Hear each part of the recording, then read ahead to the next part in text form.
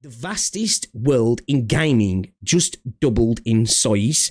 Now, is this about Arknights and Enfield, or is this specifically about Arknights here? I don't know. Let's check it out then. Let's give it a preemptive like.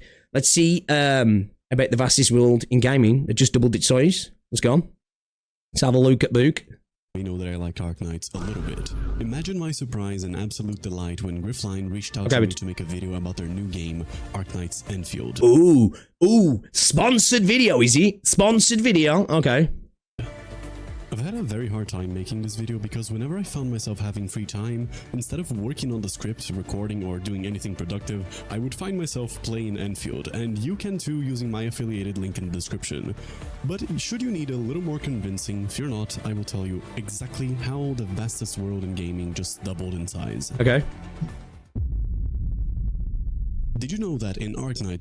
Ooh, okay. I'm interested. I haven't read through all of the snippets in lore in Enfield, right? And I'm sure there's a lot, and I think that is a lot of how the world building is done in Enfield.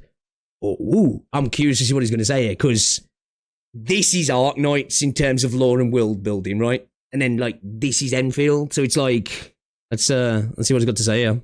To use a gun, you need to be a wizard. One of the first videos I made in this channel made the bold claim that Arknights has the vastest fictional world in all of... I think we watched this, right? I think we watched this. Okay, yeah, I think we watched this. I thought I recognized this dude's voice. Gaming. You should go check it out after this one. It's one of the few videos that I'm still proud of from that time. Here's the thing. Arknights is not vast in map size. Enfield doesn't feel particularly large. The vastness itself comes from the borderline insane variety of stories that have been told in events. Hold on. Let me just go back there. I need to... It has the vastest fictional world in all of gaming. You should go check it out after this one. It's one of the few videos that I'm still proud of from that time. Here's the thing. Arknights is not vast in map size. Oh, okay. Enfield doesn't Arknights. He's talking about Arknights, right? Okay. Feel particularly large. The vastness itself comes from the borderline insane variety of stories that have been told in events. Yeah, okay, yeah, okay. I thought he was talking about Enfield for a split second then. I was going to say, I was like, wait, what? Okay, alright, cool. We're talking Arknights. Let me give you a rundown. Arknights, the original mobile game, is set on a planet called Terra. The thing about this planet is that it's rich in a special mineral called originium. It's an energy-dense crystal capable of... I watched a video from someone who hasn't played the original, you wouldn't believe how much I picked up. To be honest, world building is still there. Most of it is in the weapon intro. Look, don't get me wrong, I haven't read all of it, and I'm sure there's plenty, but I just guess comparable to, again, that's obviously got 6 years as well, but just the rich layers are just potentially incomparable. I suppose I was being a bit facetious and being like, doubled? We doubled the law? You know, but you know what I mean? You know what I mean? Of assimilating physical matter to rapidly grow. That's why in art or whenever you're cruising through the map, you'll see some clusters dotted throughout the landscape. Originium makes the foundation for every civilization in Terra, except for one of them, but don't worry about them. Pretty much every machine and electric component makes use of it somehow. Don't get too excited though, they're just boiling water again. But that's not all that Originium can do. Through concentration and the use of these special little rocks, you can manipulate matter and energy in a way that, for all intents and purposes, is basically magic. These are called Originium arts, the human manipulation of Originium with the goal of casting spells, and that can come in a variety of forms, from conjuring lightning to smoke in the ops of a 9mm. I wasn't kidding when I said you need to be a wizard to wield a gun. Gunpowder does not exist in the world of Arknights, hence why you see so many people carrying crossbows or changes that. non-firearm. I agree, changes to be expected. I said this before the game went, we're going to get a different story here. And Hymo even said himself, you know, that if you want, you know, a deep, wordy experience, Arknights is for you. This is going to be less so. It doesn't mean the stories can't be as good, though, and as rich, right?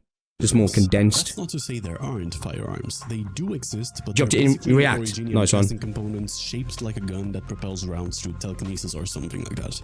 So far, Originium seems pretty cool. It is, after all, the basis for modern infrastructure in the world of Arknights. But remember that property of assimilating physical matter and turning it into energy? As it turns out, people are not excluded from that, which swiftly brings us to the topic of oripathy, colloquially referred to by the community as rock cancer. When you use originium to make energy, it gradually disintegrates into a fine powder in an event known as originium activation. And this little thing is basically the evil version of crack. Should these dust particles come into contact with an What's the good version? open wound or be inhaled, the individual becomes infected with a disease known as erypathy. Those afflicted are subject to having originium crystals growing inside their bodies, sometimes even bursting through their skin. It is lethal and it cannot be cured, only suppressed for a limited amount of time. At later stages of untreated erypathy, Believe Enfield will have a right in infections, redemption. originium I do has think it'll ability to vastly place improve. important I vital do. organs. The infected individual will undergo originium Oh. activation, which basically results in complete crystallization of the body, followed by the disintegration as almost all their biomass is turned into originium powder. While it is kinda hard to spread it from person to person, the infected used to suffer a lot of discrimination, being outright banned from entering certain countries.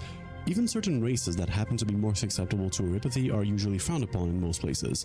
And throughout Arknights' story and many events, you get to witness all forms of discrimination, political machinations, and cute slice-of-life moments. Like, unironically, there are events which are like a music festival, and others that are about Cthulhu Rising. Oh yeah, and I failed to mention that originium can also cause extremely dangerous natural disaster should the concentration... Brother, like... Hypergryph, man, if you're making 200 million in 2 weeks, right? Can we get some shit going on with the anime, right? Again, I haven't caught up on the anime. Keep that going. But can we start doing some, you know, side quest type animes and stuff and some one-offs and that? Please, please. Like, we need it, man. We need it. of originium particles in the atmosphere be too high, leading to entire cities being built on top of massive machines that can move them around. And all that is viewed through the lens of a pharmaceutical company / paramilitary organization known as Rhodes Island. Yosar handles it Their though. objective is to provide humanitarian aid to various prosecuted groups throughout Terra, helping the infected, and honestly just a bunch of other esoteric shit that would take too long to explain. I think the anime's made by Yosar. I'm not denying that, but they have the money now, and I'm sure they've got enough control over the IP to be able to create new stuff without them involved, or get those motherfuckers, you know, on track. Like, they're definitely in a position where they can do something, right? Now, the actual rights to the anime as it is now, different, because there's a contract probably going on with that, right? But in regards to other stuff, I'm sure it's not like a blanket contract that covers the entirety of the IP of Arknights and doesn't let Hypergryph, you know, potentially go down other avenues for pushing out anime content, right? Now, where does this all lead us? Enfield takes place about 150 years after the events of Arknights and on a whole ass different planet, hence the title of this video. Welcome to Talos 2, a moon orbiting a gas giant known as Talos 1, I think. In the North Pole of Talos 2, there is a device known as the Cosmic Gate, which is basically a portal that links it back to Terra, the original world of Arknights, except not really, since it broke during a war against the Agaloi, which are these little guys, 5 years after humanity first set foot on Talos. Bro, I wonder 2, if there's and collapsals everyone up there. crossed over stranded on the new planet. You are the administrator of Enfield Industries, a company responsible for pioneering construction projects. You are essentially responsible for building infrastructure and industrial resources in the frontiers between the civilization band, where most humans live, and the wildlands, inhabited only by beasts and bandits known as landbreakers. As previously stated, originium, despite all its maladies, is the foundation for all modern infrastructure, so of course, the first human settlers brought it along to Talos 2, but don't worry, they're cultivating it responsibly so that catastrophes almost never occur. And should someone get infected with erypathy, Enfield Industries is selling potent suppressors at negotiable prices. Well then, this is what you need to know to get started with Enfield. Arknights never disappoints with the lore, but what about the gameplay? Should you need more convincing for the gameplay part, don't you worry, I am about 30 hours into the game and I've experienced pretty much every major gameplay aspect. Aside from the quests, Enfield's core gameplay can be separated into 3 distinct parts. There's combat, factory management, and exploration, as well as a few other things like this little thingy here. They know you like Arknights, so they put Arknights in Arknights. Combat systems are notoriously hard to get right. There is a lot that goes into the feel of a good combat system. True. And I don't know what Hypergryph did, but they absolutely popped off with the combat in this game. And you know what? Like, Combat in- no, I agree, right? Don't get me wrong. The combat's not perfect, right? Definitely things like camera issues, the locking on and stuff like, right? And at the minute, certain issues and potential worries about synergy and meta and stuff going forward. And amid other things, right? Like, it's not perfect. But man, I think it's a damn good start, I do personally. Because like I've seen a lot of people, like, and even in my community, in my Discord, saying that they like see the combat as one of the weakest parts of the game outside the story.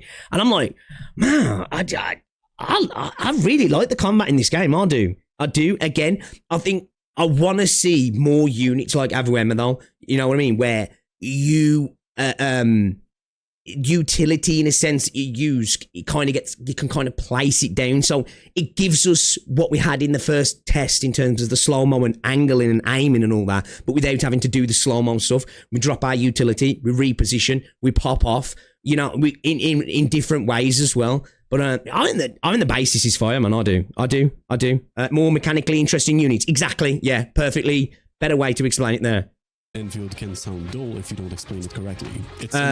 Combat has a ton of faults. My main concern is lack of control of my actions, my team. I agree with that as well. Like, I still want to make my my Gambit system video. If you've ever played Final Fantasy 12, you'll know what I'm talking about. I still plan to make that video going a little bit more in depth into what the Gambit system is and how specific things could be taken from it to really improve control over the AI characters within the game. I genuinely think that system would be a good idea. I do, or something akin to it. Right, I do plan to make that video soon. I'm still going to do my Certa video as well, but that's a video that I've been having at the back of my head for a while. I need to either jump back on Final Fantasy 12 and get some gameplay footage, or just search for somebody who wouldn't mind letting me use their footage, like, you know. Auto attacker, meaning that you literally just have to press one button and your character will automatically attack. And indeed, if this was all there was to it, I would find it boring no matter how pretty the animations look like. Set plays criminally underused. Depth to it. The only thing that is automated is the basic attack. Every other ability. I'm a team on the field, but they're like to look pretty. Each character has their basic attack as well as 3 other skills, and the gameplay style is unique to every operator. And it's not about just spamming abilities as soon as they're ready. Each skill cast costs a resource called SP, which is shared among your team. This means you need to be tactical about who gets to use which skill when, especially considering that there is animation cancelling in this game. So if you use a skill and then immediately use another one, you've wasted your skill points. Not only that, but each skill has an optimal way to be used as well. My go-to example is Avuena, whose combo skill and ult throw these little lightning sticks on the ground and her battle skill calls them back, meaning that if you're smart about your positioning and try to align the enemies, you can hit multiple. You can stack them down, right? I'm pretty sure. Can't you pop a skill, pop an ult, and pop a skill again, and then pull them all back at once, can't you? Am I tripping there? I'm sure you can, right? Time. As for the combat encounters themselves, after completing the main mission of the first area, I can say that they are satisfyingly challenging but never overwhelming. I died like 3 times to the third boss, even though I had a pretty busted team. Yeah, you can. So I'm sure you could the ult and the second one as well. That is satisfying as fuck as well. That is satisfying as fuck. Like that, you know what I'm talking about? Those sort of mechanical things you can drop down. It doesn't have to be specifically the same thing. You drop it down and move around to pull it back in. You know what I mean? Like that shit. Oh, it feels good, man. Especially when they all come in and you clap a bunch of units or one specific unit and just pump a bunch of damage into him as you're engaging with like your other combo skills and battle skills and that. It's satisfying as fuck, man. It's maybe dependent on your gear and levels and all that, but stack up to 3 and 1 ult, yeah. As a player to know what to do.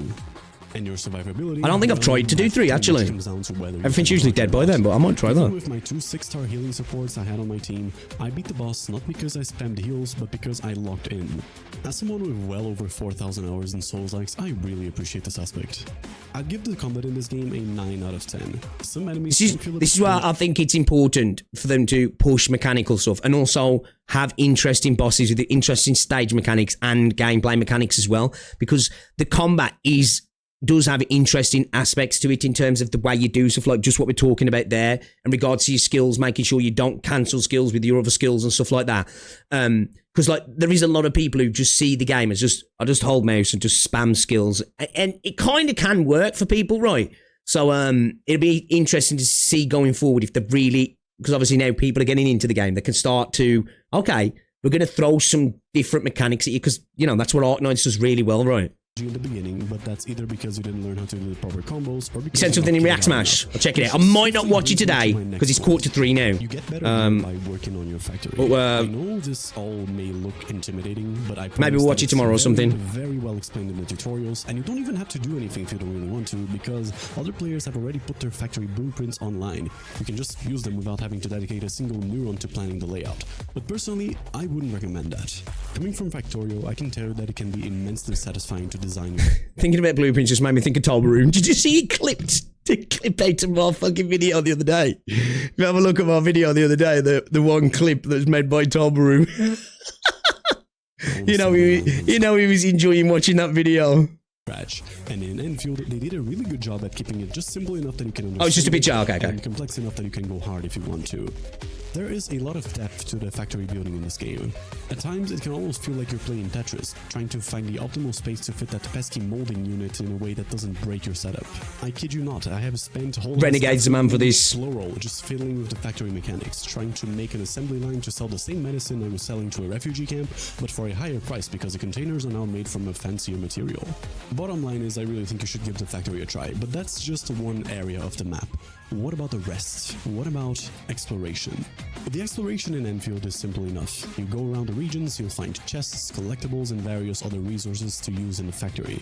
And in my experience so far, the devs did a pretty good job at pacing the exploration. I agree. Well into the game. I think it's balanced really well, I do, personally. I really do, honestly. I'd like to see more jump puzzle stuff, and I'd like to see more stuff that requires me to move around obstacles in maybe a little bit more of an intricate way to access certain things. But I think the balance is great, man. The friction's just right. It's enjoyable. It's satisfying. It encourages you to do so as well. The amount of times when I'm like, ooh, let me just have a look up there. And then I get up there and it's like, oh shit, that was worth coming up here. That for me is really enjoyable. I'm still finding things in the first hub area. But the main driver of exploration in any gacha game is the rewards you get. How is that looking in Enfield? Initially, I thought that the game was handing out ore barrels at a rate that wasn't quite as numerous. No double jump or climbing. I love that about it, sure I do. 500 per pull can feel like a lot, but so far the game has been quite generous with me. I do concede that I got the monthly subscription thingy that gives you 200 ore barrels per day, and as of writing this, I have been playing for 5 days. I have gotten 5 6 stars in those 5 days, and technically I only got 2 more pulls than the average free-to-player would. I even accidentally got her. I don't know how to pronounce her name, I'll just call her Sir because that's her name in the mobile game. But I got her because my greed got the best of me, but rest assured that my wife Yvonne will be coming home even if it costs me my sponsor money. I gotta stop watching these videos, man. It's making me want to pull on banners and I need to be strong. I need to be strong, chat. But like, I keep hearing people, I'm just like, fuck it, I degen'd on a banner and they come out with like a bunch of units and I'm sitting here going, fuck. I'm sitting on my hands and I don't know if I should. So what's the verdict on Enfield? As I said before, I may be biased because it feels like this game was tailor-made to appeal to my specific hyperfixation. It's kind of how I feel with these. Like, again, I'm no factory connoisseur and I'm not the best at it, right? I'm just doing it when I need to. And I actually do enjoy interacting with it. I genuinely do, which I didn't think I would as much as I do. But pretty much from every other aspect, apart from probably where the story's at the moment, I feel like I am the audience for this game. Do you know what I mean? I feel like I am the audience for this game. Not to mention it's from an IP I have a long history with, but it only feels right to recommend this game. I would be whether I collabed with them or not. I totally get that shot. End of the day, it's a subjective thing, innit? Don't worry, I ain't gonna be like the Wibber Space and be like, you fucking moron! What do you mean? What do you mean, bro? You like bikes? Fuck! See, we ruined you too. Hey, I said before, right? I don't hate the system in this game in terms of the gacha. I'll be honest, I'm human. I like to chuck a temple here and there. I'm a degenerate as well, you know? Because Arknights is a game very dear to my heart. You're very happy you folded on the left. In its infancy. I can't wait to see what it will grow up to. Tempted by the gacha demons. I am, bro, man. I am. Using my affiliated link in the description. And if you'd like, feel free to add me. I'm on the America/EU server. I'll be back to posting consistently this year. I got a bit caught up in some personal life things, but I promise that I have some bangers in the oven for you guys. Okay. I have a Discord and channel memberships if that interests you, and that's gonna be it for me. See you in a bit. Yeah, man. Good video. Good video. I enjoyed that. Yeah, man. Yeah, yeah. I was gonna say I knew we'd watch one of his videos before. We subscribed to him. Yeah, it was a great video. That was. Yeah. I like Arknights Enfield, man. You know what can I say? As people like to say, I'm a fucking shill.